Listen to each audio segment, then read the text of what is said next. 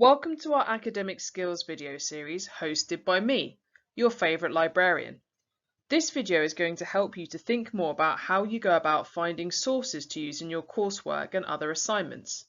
We are first going to think about how to undertake an effective search.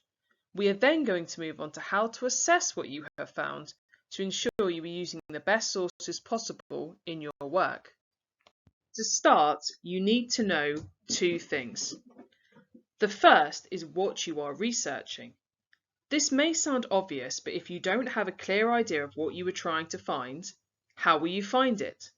One of the most important factors in finding tip-top searches is to have a clear, well-defined question. So make sure that research question is nailed down before you start looking. Secondly, you need to know where you can find sources. It probably isn't going to surprise you to hear me say that the library is an excellent place to do so.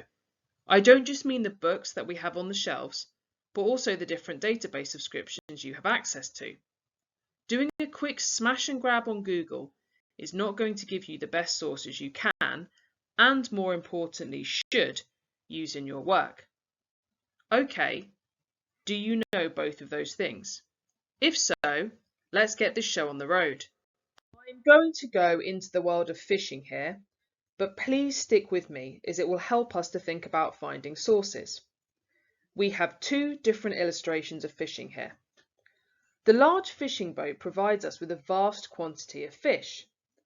The smaller fishing net limits us to a single fish. This is a good way to think about breaking down your source search. Initially, you will probably want to undertake a broader, more generalized search. This will allow you to find sources that give you a better understanding of the wider context for your assignment. Once you have digested these and done some thinking, you will then know which narrower specific areas you need to explore in more detail. This is where you can get out your smaller, more specific research net to find that individual fish that you are after. Both types of searches are beneficial, and it can be hard to do one without the other. Take the fishing boat approach on its own, and you can end up with an assignment containing only very generalized source material.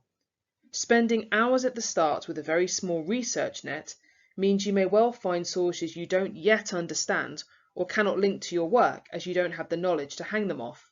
So, we need to start with a broader search before moving to a more specific one. We need to start by using a fishing boat, then moving to the smaller net. Let us think a little more about where to cast our research nets. I have already mentioned the range of databases you can access through the library, and you can see illustrations of these in the trawler boat's nets. We have, from left to right, Heritage, our library catalogue which allows you to search all of the books we hold without having to be in the physical library space. The Oxford English Dictionary, to ensure you know what a word means and how to use it correctly. Great for checking words whose definition may have changed over time. JSTOR, housing millions of articles on an incredibly diverse range of subjects, ideal if you were after something more niche or specialised. And the Cambridge Companions, covering literature, philosophy, religion, music and classics. You will see left in the wake of our boat are Wikipedia and Google. This isn't me telling you not to use these two websites at all, but that they aren't the best bang for your buck. Essentially, you have access to much better platforms to find sources on, so use these instead as your starting point. We are now going to think a little more about how to find sources we want without spending hours scrolling through pages of results or flicking through pages of text. One of the easiest ways to do this is to make use of the advanced search tool that our databases provide for you. These tools allow you to quickly and precisely filter your results to just what you need. Think about it this way. If I'm looking to buy a new shirt, I don't just go onto Google and write clothes. I would first select the website of my chosen clothes, then would start adding filters to hone down my results. Clothing item, shirt, sleeve length, short, colour, garish, pattern, loud. Advanced search tools allow you to do the same thing quickly and easily. Our library catalogue, which this snip is from, allows you to filter your results to a specific author, as well as by subject area or Dewey Decimal Class mark. You are essentially tightening your research net with no extra work. On JSTOR, there are even more filters you can build in to help refine your search. You can filter by the date of a publication, source type, and even by journal topic area. This means with a few easy clicks even, I can ensure that my search for articles relating to financial policies of Germany is limited to just articles written after 2022 within economics journals, as opposed to, say, politics, history, and journals on society as well. If you find you are ending up with way too many sources to look at more closely, try using these advanced search tools to tighten that research net. Okay.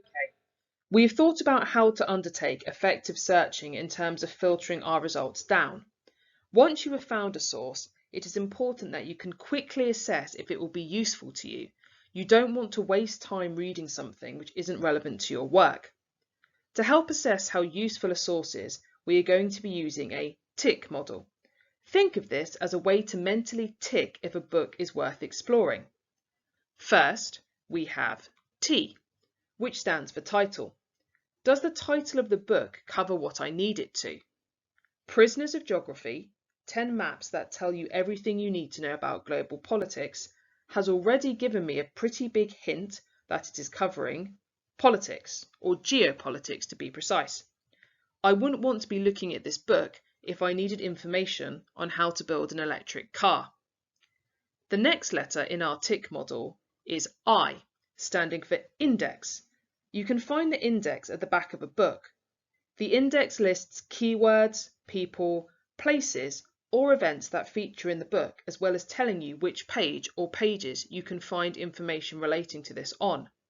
If I'm writing my assignment on the politics of China, for example, and this country doesn't feature in the index, it isn't going to feature in the book. There isn't any point, therefore, in me starting to read this book, hoping this information will magically appear.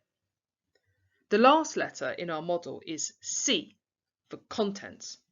The contents page is found at the start of a book and tells you what the different chapters are about. Again, if we are using the politics of China as an example here, I can see that this book has a chapter handily titled China, which is ideal.